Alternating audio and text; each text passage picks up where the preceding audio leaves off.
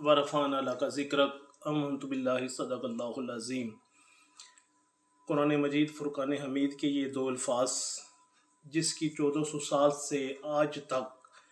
نہ کوئی تشریح کر سکا ہے، نہ اس کی کوئی گہرائی تک پہنچ سکا ہے۔ میرا خیال ہے کہ سمندر کی گہرائی، چوڑائی، لمبائی بہت کم ہے اس دو الفاظ کی تفصیل کے بارے میں۔ اللہ رب العزت نے اپنے پیارے محبوب صلی اللہ علیہ وسلم کی عظمت کو بڑا کرنے کے لیے یہ الفاظ نوازے۔ آج اتفاق سے میرا ایک مسجد میں تکمیل جشن قرآن کے حوالے سے ایک مسجد میں جانا ہوا، تو مجھے بڑی ایک عجیب سی کیفیت سے میں مبتلا ہوا کہ ماشاءاللہ رمضان کی برکات سے حافظ قرآن اور ان کے چہرے کے اوپر اتنی خوبصورتی اور دل کے اندر ان کے اندر ایسی چراغاں تھی نور کی کہ عجیب سا سما تھا، اور سماعت کرنے والے بھی حافظ اور ان کے استاد محترم بھی حافظ اور اس کے دیگر بھی جو ہے نفاذ کرام، ان کے دوست احباب طلباء شرکت انہوں نے کی۔ تو میں سوچ رہا تھا کہ جن کے اللہ رب العزت نے فرمایا کہ اگر میں پہاڑوں پہ قرآن نازل کرتا تو پہاڑ ریزہ ریزہ ہو جاتے، تو ایک مسلمان، ایک مومن کا دل ایسا ہے کہ جس کو جو ہے نا قرآن کے خوشبو سے معطر کر دیا گیا۔ تو میں سمجھتا ہوں کہ آج ہماری بربادی کا سبب بھی جو ہے نا، ہماری پریشانیاں اور ہماری تکلیفوں کا جو سارا معاملہ ہے نا، وہ قرآن سے دوری کا نتیجہ ہے۔ گھر گھر میں قرآن بند پڑے، ہم اور تو دنیاوی دکھاوے کے طور پر نیکی کے کام کرنے کی سوچتے ہیں، لیکن اللہ کو راضی کرنے کے لیے ہم قرآن نہیں کھولتے۔ ہمارے گھروں میں پڑے قرآن، دکانوں پہ پڑے قرآن، غرض و غبار سے بھرے پڑے ہیں،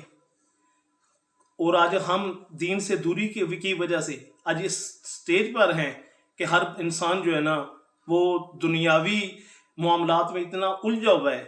کہ موبائل پہ بیٹھے ہوئے ہمیں جو ہے نا گھنٹے گزر جائیں لیکن وقت کا پتہ ہی نہیں چلتا، اور قرآن کا اگر ایک رکوع پڑھنا پڑ جائے، سپارہ پڑھنا پڑ جائے، یا کھولنا ہی گوارا ہم نہیں کرتے، اگر کھولنا ہی گوارا کر لے تو اس میں ہماری کون سی جو ہے نا اس میں باوضو بھی ہوں اور ہمارے کتنی مسائل حل ہوں۔ اور میں حضرت علی رضی اللہ تعالیٰ کا قول مبارک مجھے یاد آ رہا ہے کہ قرآن مجید فرقان حمید میں دنیا کے ہر مشکل کا حل، ہر پریشانی کا حل، ہر تکلیف کا حل اس میں موجود ہے۔ پورا قرآن تو خیر بڑی دور کی بات ہے، سورہ فاتحہ میں انسان کے جو ہے نا وہ زندگی اور موت کا علاج موجود ہے۔ تو ہم نے قرآن سے اتنے دور ہو گئے ہیں کہ آج ہم گمراہ ہو گئے ہیں، اور ہم اس بات پہ پوری دنیا میں ذلیل و رسوا مسلمان ہو رہے ہیں کہ ہم دین سے دور ہو گئے ہیں۔ اس کے علاوہ تو کوئی میری نظر میں کوئی ایسی بات نہیں۔ خدا را اس رمضان کے بربرکت مہینے سے کم یہ بڑی نایاب گھڑیاں ہیں کو بلا ناغہ قرآن پاک کھول کر اس کا کوئی ایک سپارہ روز پڑھیں، باوضو ہو کر قرآن پاک کی زیارت کرنا ہی ثواب ہے۔ قرآن رمضان میں پڑھنا تو بہت افضل کی بات ہے، تو اس میں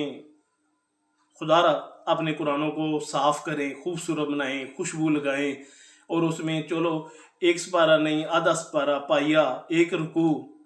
چلو قرآن کی مقدس جو صورتیں ہیں، سورہ یاسین، سورہ رحمان، اور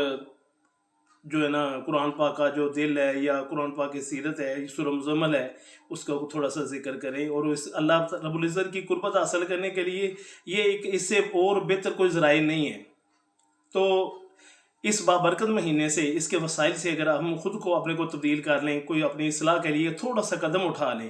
چولوں کو تھوڑی دیر کے لیے موبائل کم استعمال کر لیں، اور ہم قرآن کو پڑھ کے اس کی محبت سے منور ہو جائیں، تو میرا خیال ہے ہمارے زندگی کے بہت سارے راستے آسان ہو جائیں گے۔ اللہ کریم ہم سب کو عمل کی توفیق عطا فرمائے۔ والسلام علیکم ورحمۃ اللہ وبرکاتہ۔